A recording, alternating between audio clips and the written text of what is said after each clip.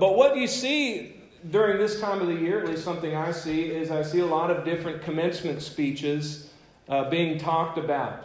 I saw one maybe a week or so ago of I believe it was a Paramount executive who got up to do a commencement speech, and he was booed throughout the commencement speech at the university that he was speaking to. There are famous commencement speeches. You may have heard the quote by Winston Churchill where he says, "Never, never, never give up, and so on and so forth. That was at a commencement speech that he had given. But when a commencement speech is given in high school, it's usually the valedictorian, someone selected of the peers, of the students, to get up and to speak on their behalf and sort of give them a charge into the next stage of their life. When you get into the university level, a lot of times they'll have someone who's already lived their life, someone who's been successful in whatever field. Maybe they're an alumni of that institution, and they're going to speak of the value of their education and some practical wisdom that they can share with the students that they can go on and live their life to. There have been a number of commencement speeches that are given by people that aren't associated with the institutions. Sometimes they'll have a celebrity or an entertainer or someone famous come in and give a speech. Some of them you may have seen. Steve Jobs gave a speech at Stanford University a number of years ago that was very popular. And it was filled with a lot of wisdom. And you can understand and appreciate why people would want to have someone like that. The figurehead behind the Apple Corporation. Why they would want someone like that to come and give a speech. Elon Musk gave a commencement speech a few years ago talking about his journey and how to try and achieve success in a similar way that he did. But when you're thinking about, bringing someone in, if you're in charge of one of those universities, and bringing someone in to give the speech, what are some of the things that you would want out of the individual? What would their resume need to look like? Certainly you would want someone to be successful, to get up and speak to the people. You'd want that person to be able to share some wisdom.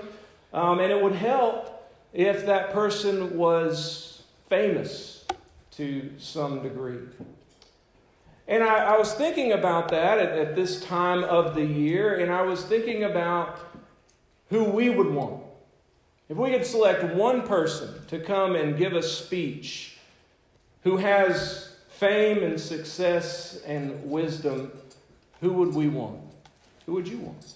Maybe you'd want to hear Elon Musk come and speak to you and share some insights. Or maybe you'd want Oprah to come and speak to you. She did a commencement speech a number of years ago. Or Taylor Swift, she did a commencement speech. Or Denzel Washington, or Jim Carrey, or so on and so forth. You take your pick of your favorite celebrity, favorite famous person.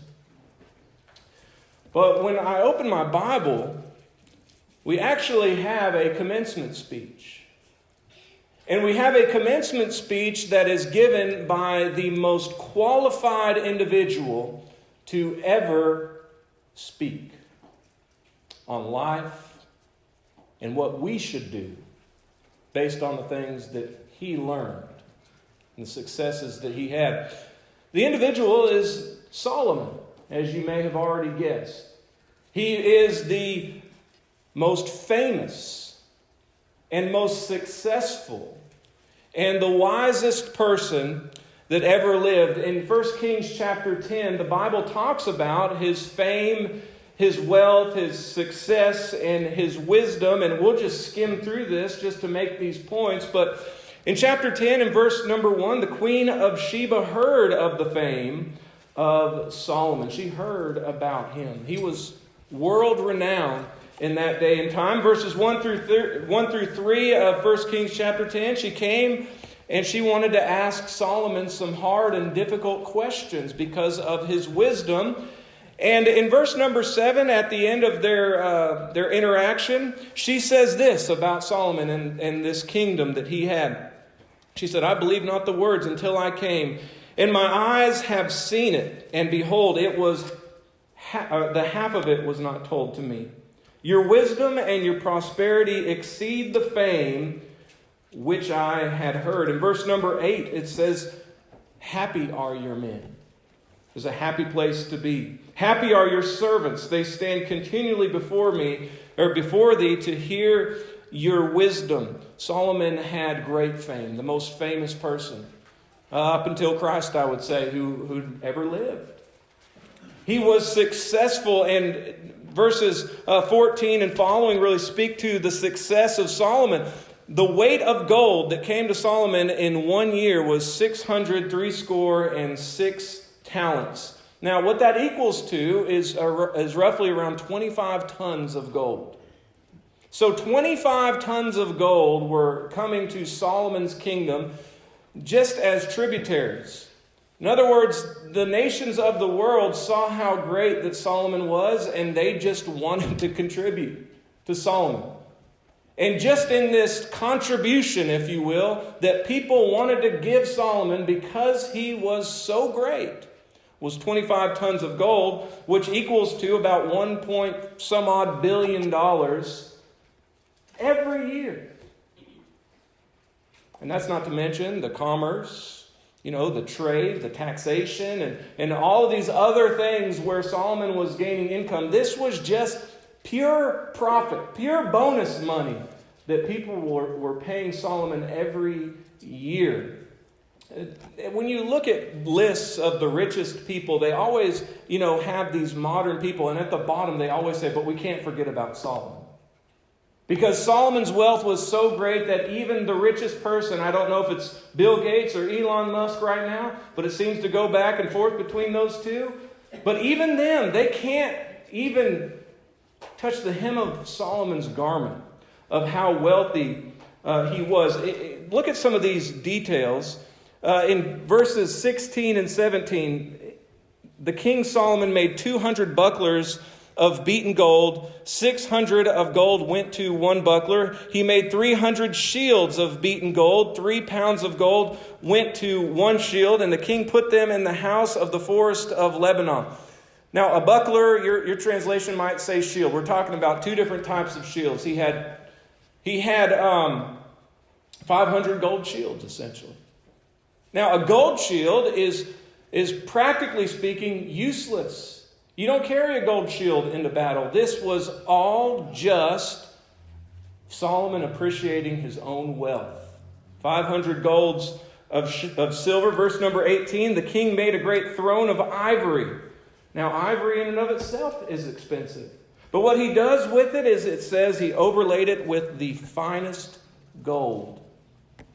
In verse number 19, it says there were 2 lions that sat next to the throne, and then there were 12 lions that lined the steps up to the throne. In verse number 21, it says, all of King Solomon's drinking vessels were gold, and the vessels of the house of the forest were pure gold. None were of silver. It was nothing accounted of it in the days of Solomon. Solomon only drank out of gold cups. That's amazing. His wealth is almost unfathomable for us. The amount of gold, just think about it. We're not talking about Bitcoin here. We're talking about something that you can see, something that you could put on a scale, something that is going to be valuable forever. And Solomon was the richest in all of these things. In 2 Chronicles chapter 1 and verse number 15, the Bible says that in Solomon's day, gold and silver became as common as stones. That's how much gold and silver there was lying around. Verses 21 and following, verse number 26 and following, we see the power of Solomon.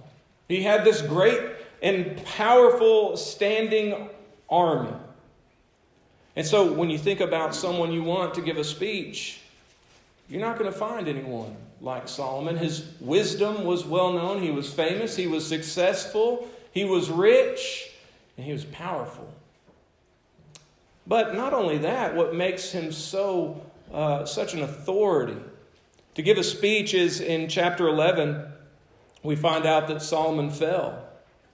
He turned to the gods of his wives, and In verses 14 and following, it says that God raised up adversaries against Solomon. It wasn't just an easy life for Solomon where he just did the right thing and everything went perfect for him.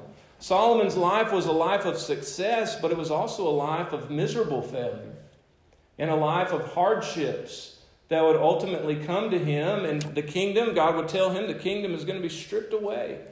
And it's going to be divided. It's not going to come in his day, but he's going to see that his legacy isn't really going to stand. Solomon was someone who was successful, but he was someone who fell on his face. And with those things in mind, I want you to open your Bible to the book of Ecclesiastes. Because when you think of this particular book, what you are looking at is, as far as I can tell, you're looking at this man who has lived this life and gone through these things and made these terrible mistakes. And now he is going to speak to all young people, specifically his son, but all young people, and telling them what they should do. He's giving a commencement speech. As you enter into this new stage of your life, keep these things in mind. And I want you to appreciate who is speaking. You are not going to find anyone who will know better than Solomon. You're not going to find somebody who can gainsay Solomon. Solomon is the ultimate in success, in wisdom, in fame, and in failure. So I want to go through this with you this morning, and I want to consider this great commencement speech. And notice where he begins in chapter 1 and verse number 1. It says, "The words of the preacher, the son of David, king of Jerusalem, vanity of vanities, saith the preacher. Vanity of vanities, all is vanity." What a way to begin. But he's standing, if you will, in front of the audience of people getting ready to start their life. And he tells them this: life is meaningless. Your pursuits, your passions, it's vain. It's empty. And look at verse number 3, because there's a key phrase here that we want to touch on. It says, "What profit has a man of all his labor wherein he labors under the sun?" And this is where it's meaningless. This is where the vanity comes from in this phrase, "under the sun." And what we're talking about here is we're going to talk about how meaningless life is if our perspective is everything under the sun. If we keep an earthly perspective, our life is going to be completely meaningless. And he begins at the very beginning in verse number 3. Again, what profit has a man in his labor? In his labor. Wherein he labored under the sun. And he's going to be talking here about the vanity of a successful career. What is the profit? Just ask the question, because he does, and just think about the question. What does it profit a man for all his labor, wherein he labors under the sun? Verse number 4 says, "One generation goes and another generation comes, but the earth abides forever." What's the profit of diving headfirst into a career in and of itself? Say, well, I might be remembered.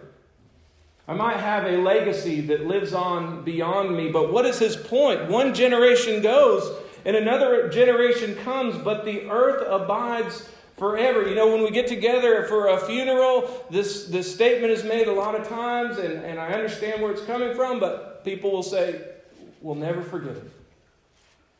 But you just go down to the cemetery this afternoon and go look at all of the names and just ask, does anyone remember who this individual is? The simple fact of the matter is you're not going to be remembered. There are very few people who are going to be remembered for a long period of time, But even those are not appreciated. I mean, just think about Solomon. He is an afterthought. When we think of the wealthiest people, when we think of the wisest people, when we think of the most famous people, we don't necessarily jump to Solomon immediately. All of this fame, all of this success, and Solomon himself is still an afterthought. It's just the fact that we have him recorded in Scripture that keeps him relevant to us to this day. So what's the profit? It's not going to be that you're remembered for the hard work that you did. You're going to be forgotten.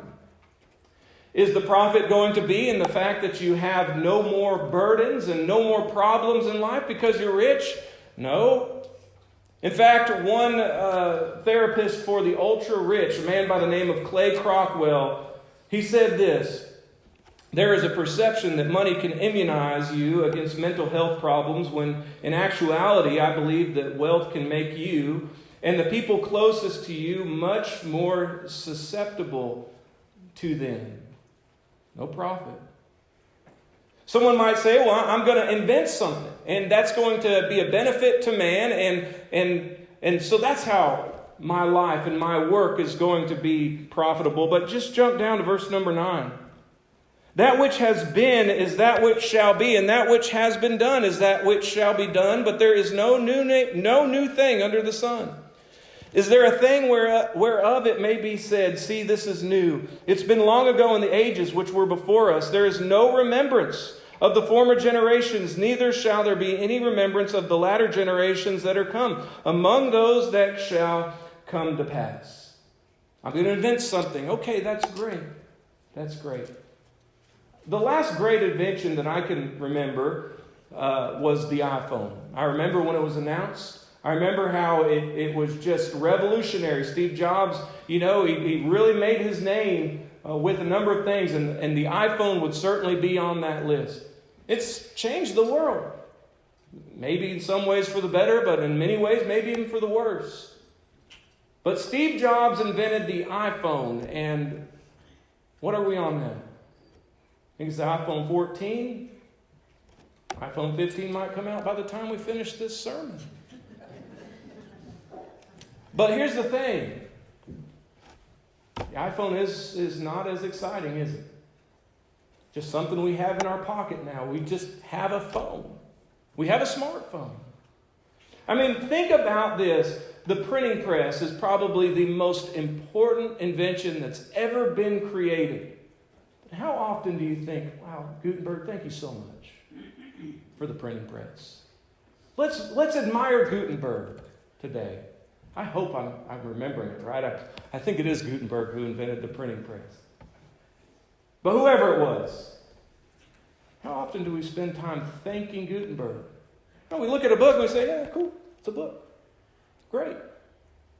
You're not going to be remembered for the things that you accomplish. No matter how important they are, you're going to be a passing thought, a passing blip that people mention in a history class at very best, but no profit whatsoever. The question, what profit, is so important because success will not bring you fulfillment. It will not bring you eternal glory. It will not save your soul. It won't make you happy. So what profit is there? In chapter 2, in verse number 18, Solomon says, I hated. So this is the smartest man. This is the most successful man. This is the man who just dove headfirst into his career and said, I'm going to make a name for myself. And he said, I hated all my labor wherein I labored under the sun, seeing that I must leave it unto the man that shall be after me. And who knows whether he will be a wise man or a fool, yet will he have rule over all my labor wherein I have labored. Solomon is disgusted as he reflects upon all the efforts that he has put in and realizing it's going to be given to someone else. This is a perspective of someone who is just concerned with the things under the sun. Solomon is disgusted that he has worked so hard and it has produced no greater value to his life. His worth as a human being has not increased one bit from all the work that he put in And so in this great commencement speech, Solomon begins by speaking of how success is meaningless. Secondly, going back to chapter 1, verse number 12, he's going to make the point that wisdom is meaningless. It says in verse 12, I, the preacher, was king over Israel and Jerusalem, and I applied my heart to seek and search out wisdom concerning all that is done under heaven. Again, we are looking at a worldly pursuit of wisdom. Trying to figure these questions of life out. What's going on? What is the human condition? How do we find happiness? How do we find peace? How do we find answers to the complex problems of life? And what he did is he dove head first. Okay, I didn't find meaning in my career. Now let me jump into wisdom. Let me see if I can figure it out with the human intellect. Maybe I can find some answers to these problems. Verse number 13, he says, it's sore travail. It's a burdensome task. So in and of itself, the pursuit is difficult.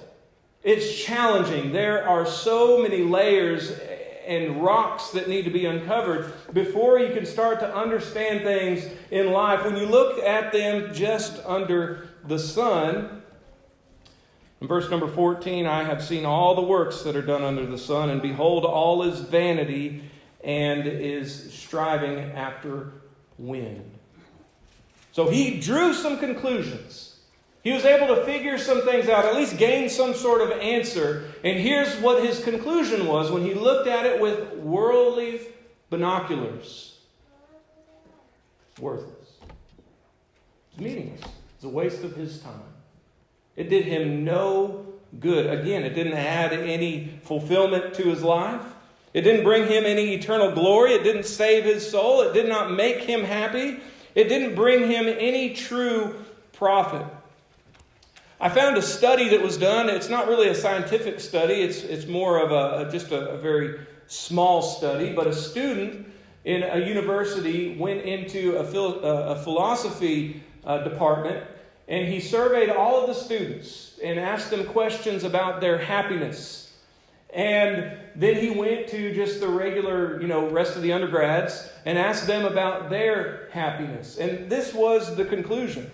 The philosophers, the people who would be pursuing this earthly wisdom in each group, reported being less satisfied with life, usually having worse self-esteem and being less optimistic about their future. It's vanity. It's worthless. It doesn't bring you any good profit. And at least according to this study, it might bring more burden, more travail and difficulty to your life. And so Solomon says, worthless.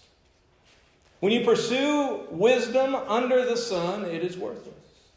And then he talks about the vanity of pleasure in chapter 2. He said, in my heart, come now, I will prove thee with mirth. Therefore enjoy pleasure, and behold, this also was vanity. So I'm just, I've been successful. I'm wise, and now I'm going to see if I can find some purpose and fulfillment in my life by just living in the moment and being happy and doing things that bring me some sort of immediate joy. Maybe that is the answer. And there was no one who lived it up like Solomon. Now, what we need to understand is when he says, I will prove thee with mirth, don't necessarily jump into thinking that he jumped into sin. He does in his history, but that doesn't necessarily have anything to do with what we see here. This could be good, clean fun. It is just the pursuit of things that you enjoy. You have a hobby that you like. It would be jumping headfirst, immersing yourself into that hobby. You like entertainment. It would be jumping headfirst into being entertained. It's doing all of the things that you can be happy doing, not necessarily sinful. But the question is, what profit is it? Doesn't bring you any fulfillment. Doesn't make you any more righteous. Doesn't save your soul. It doesn't give you anything that lasts. Each and every one of those moments is fleeting. Chapter 2, verse number 2 does point this out. I said of laughter, it is mad, and of mirth, what does it? What you find when you become focused on entertainment is that good, clean entertainment is ultimately going to become dirtier and dirtier eventually. And you're going to get to the point as Solomon does. Here's what happens with Solomon as he begins to enjoy his life. The lines get blurred. And when he jumps headfirst into pleasure, ultimately he jumps headfirst into idolatry. And having these wonderful good things of his life potentially stripped away because he pursued what was good or what was enjoyable to him. And don't we live in a time in America where this is especially important to understand? We live in a time where it's all about entertaining ourselves, living in the immediate moment, enjoying the moment. Solomon says this, that is vanity. It's meaningless, has no purpose, it does you no good. You will not enjoy your life if that's all you care about. And you're hearing it from a person who knows better than anyone who's ever lived about this particular issue. And if we try and prove him wrong, all we're going to do is prove him right. You cannot prove Solomon wrong. And so think about it. Success under the sun is meaningless. Wisdom under the sun is meaningless. Pleasure under the sun is meaningless. And here's why. Chapter 2, verses 12 through 14. I turn to myself to behold wisdom and madness and folly. For what can a man do that comes after the king, even that which has been done so long ago? Or, in other words, what can man do who succeeds the king? His point is the point we just made. You're not going to be able to come up with a better conclusion than what Solomon comes to. His research was so thorough that there's no other conclusion that can be made. And so what he says in verse number 13, he says, then I saw that wisdom exceeds folly as far as the light excels darkness. Here's a little conclusion he's making. Wisdom is better than the folly. Just a little bit. As light proceeds darkness, the wise man's eyes are in his head, and the fool walks in darkness, and yet I perceive that one event happens to them all. Here's why it's a little bit better to have a wise life than a life of folly or just pure entertainment. You might stay out of a little bit of trouble, but you're still going to die a meaningless life. It's a sad book, but it's a sad life. When our life is just for this life, when every pursuit we have is just a pursuit under the sun, and that's our perspective. The passage that John read is just a powerful picture to me. Solomon is writing to the children of Israel in the wilderness, and he's talking about how they're going to die, and they need to get their lives right. And he says this, our lives pass away quickly, and we finish our years with a sigh. You ever seen someone breathe their last? It's like a sigh.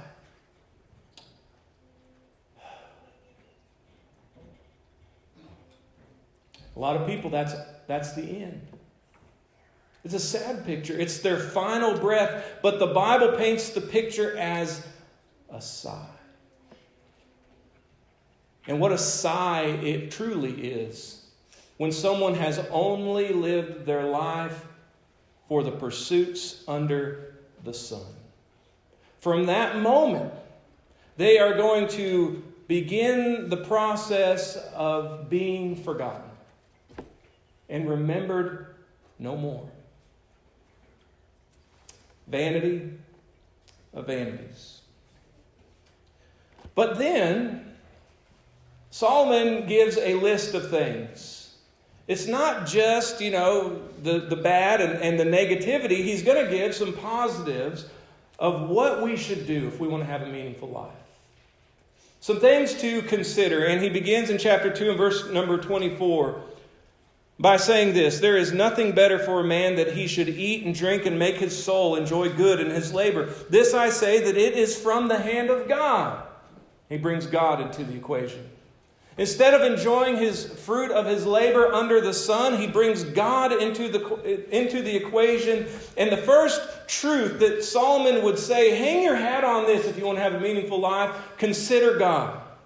Consider that God exists. Consider that He is real and He's sovereign and that He is in control. In verse number 25, for who can eat or who can have enjoyment more than I? For to the man that pleases him, God gives wisdom and knowledge and joy to the sinner, and He gives travail to gather and to heap up, that he might give to him that pleases God. This also is vanity and striving after wind. And when you can go through your life and you can understand that every good thing, the success in your life is a gift from God. The wisdom in your life is a gift from God. The pleasure in your life is a gift from God. That is the truth to have a meaningful existence. That's the beginning of meaning. But then in chapter 3, he goes on, and we won't take the time to read through this, but he speaks to the fact that everything has a purpose. There's a time and season for everything. And I want you to understand the point that he's making here is that we need to consider God's providence. Not just consider that God exists, not live our life understanding that there is someone who is greater than us, but understand that God is in control. God is behind the scenes doing things for His people. He loves His people, and He blesses them by His providence. There are two words that I heard growing up a lot that I hated, that have become some of my favorite words as an adult. And those words are maybe and perhaps. I hated hearing my parents say maybe, or perhaps, or we'll see. But when I open up my scripture and I see that God says maybe or perhaps, it gives meaning to the moments in my life that may not make sense, that may be difficult, that may be challenging, and it puts perspective through anything that I'm going through. But God says maybe. And God says perhaps in Esther chapter 4 and verse number 14. Mordecai tells Esther, if you keep silent at this time, relief and deliverance will arise from the Jews from another place. But you and your father's house will perish. But who knows? Or perhaps you've come to the kingdom for such a time as this. In Philemon chapter 1, verses 15 and 16, Paul is writing to Philemon about Onesimus who ran away as a slave, and in the time that he was gone, he became a Christian. And Paul says this, perhaps this is why he was parted from you for a while, that you might have him back forever, no longer as a bondservant, but more than a bondservant, as a beloved brother. But when we remember God's providence, it allows us to trust Him and brings meaning to even the most difficult of times. Verses 10 through 15 of that same chapter, chapter 3, I've seen the travail which God has given to the sons of men. This world is filled with challenges and difficulties. But God gave them. God is in charge. I'm not thinking just under the sun anymore. Just thinking under the sun, there's no answers. But when I think about God, I have perspective. And I have meaning in those difficult times. Next thing to consider is verse number 16, to consider the justice of God. There's going to be things in life that don't make sense. There's going to be times where you see, as Solomon says, I see the wicked sitting in the throne of righteousness. Why is this world filled with so much evil? Solomon will say, I said in my heart in verse 17, God will judge. Remember that God is the judge, and God is the righteous judge, and God cares about righteousness. And God is going to handle these things, and it'll bring meaning to your life in those moments. Verses 19 and 20, Solomon would tell us, consider yourself powerless. Consider that you are just here, and in a moment God can take your life from you. If that's what His will and desire is, He can do it in a heartbeat. He could send His Son back right here, right now, and there's absolutely nothing that you can do about it.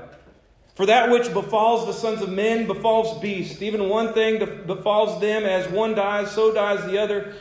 Yet they have all one breath, and man has no preeminence above the beasts, for all is vanity. All go unto one place, and all are of dust, and all turn to dust again. Consider your powerlessness. If you want to add one more day to your life, you can't. If you want to protest your own death, you can, but it won't do any bit of good. God is in complete control and has all of the power over this realm. And you might think, well, that doesn't sound too good for me. I want to have a little bit of power. But the beauty of it is when you render yourself powerless to the power of God and make yourself meek and listening to what He has to say for your life, that's where meaning truly comes from. So consider the powerlessness of yourself. Chapter 5, verses 1 through 5. Consider worship. Consider your worship. Have a relationship with God in worship. Keep your foot when you go into the house of God to draw nigh. To hear is better than to give the sacrifice of fools, for they know not that they do evil. Be not rash with your mouth, and let not your heart be hasty to utter anything before your God. Consider your worship. It's a pathway to a meaningful life. Chapter 7, we would say, Solomon says, consider practical wisdom. Don't seek the wisdom of men under the sun, but think in practical terms. A good name is better than precious oil, and the day of death better than the day of one's birth. It is better to go to the house of mourning than to the house of feasting, and so on and so forth. These truths that God has passed down to us. Live your life according to those. Your life will have meaning. He says in chapter 9 and verse number 9, he says this, essentially, consider getting married, starting a family.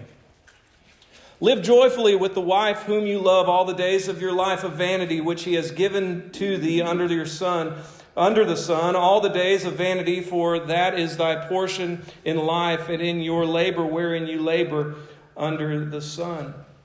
Get married. You know, this idea that the world teaches of living single and then getting married when you're 40, not very practical. It's not very good. Marriage is there where we can gain in a relationship and have somebody to help us grow and develop. And I'll tell you, if we put off marriage, we put off God's design for the home and not pursue establishing that, there's a potential that our growth can be stunted. But this is a speech about having a meaningful life. And a lot of people today think that meaningful life is living for yourself and gratifying the pleasures of your flesh with whoever you want to see, or with whoever you see and whenever you see them. But that is not the true path for meaning as far as relationships are concerned. Get married. And love your wife. Love your spouse. That is your portion. And he says, enjoy it while it lasts. Some of us have, we're newlyweds and we're just a couple years into it. Some of us have crossed the decade mark and we're raising kids, and some have transitioned into teenage years and raising children at that season. Some have emptied their nests, some have become grandparents, some have become great-grandparents. Some have had their marriages end abruptly and in heartbreak. Some have had marriages end before God would have those marriages end. Solomon says, enjoy it. It's a gift from God. Find somebody to love and enjoy that love for as long as God allows you to have it, because it will end. Take advantage of the opportunities that God has placed in front of you. Chapter 9 and verse number 10. Whatsoever your hand finds you to do, do with all your might. For there is no work, nor device, nor knowledge, nor wisdom in Sheol, whither you go. Just take advantage. God's going to lay things in front of you, and as those opportunities come in front of you, pursue them with everything you have. Someday you're not going to be able to do them anymore. Come to church when you have the opportunity to come to church, because someday you're not going to be able to come to church. Some days you're going to wish with everything that you have that you can go and be with God's people. Be with God's people as much as you can while you can. Work as hard as you can today, because someday you will wish that you could just get out of bed and go work. Just do something with your hands, but you can't, because your body doesn't work like that anymore. And you'll be living in a state of regret rather than a state of pain, but meaning. Knowing that while you had the chance, you gave it your all. But as we end this morning, the last thing that Solomon would say is this: seek God and do these things early rather than later. Seek God early in your life. He says in chapter 11, verse number 9, rejoice, O young man, in your youth, and let your heart cheer thee in the days of your youth, and walk in the ways of your heart and in the sight of your own eyes. But know that that for all these things God will bring thee to judgment. God's given you a choice to do whatever it is that you want to do. You can pursue the things under the sun. God's given you that right. But what he says in verse number 1 of chapter 12 is the correct path. Remember your Creator in the days of your youth, before the evil days come, and as the years draw nigh, when you shall say, I have no pleasure in them. Do it sooner rather than later. Take it from the guy who knows. Take it from the wisest, the most successful, the most famous, person who fell probably the hardest. Take it from him. He knows. But remember this. Verse number 9 of chapter 11 again. Know this, that God will bring you into judgment. He's given you the choice to do whatever you want to do. You can pursue a meaningless life and think that you're going to prove Solomon and God wrong. Or you can pursue a life of meaning, but remember that God will judge. And live your life with that understanding. It's the greatest commencement speech that's ever been given. I encourage you to read it. 12 chapters, take you about 25 minutes. Read it. Live your life according to the wisdom that Solomon gives.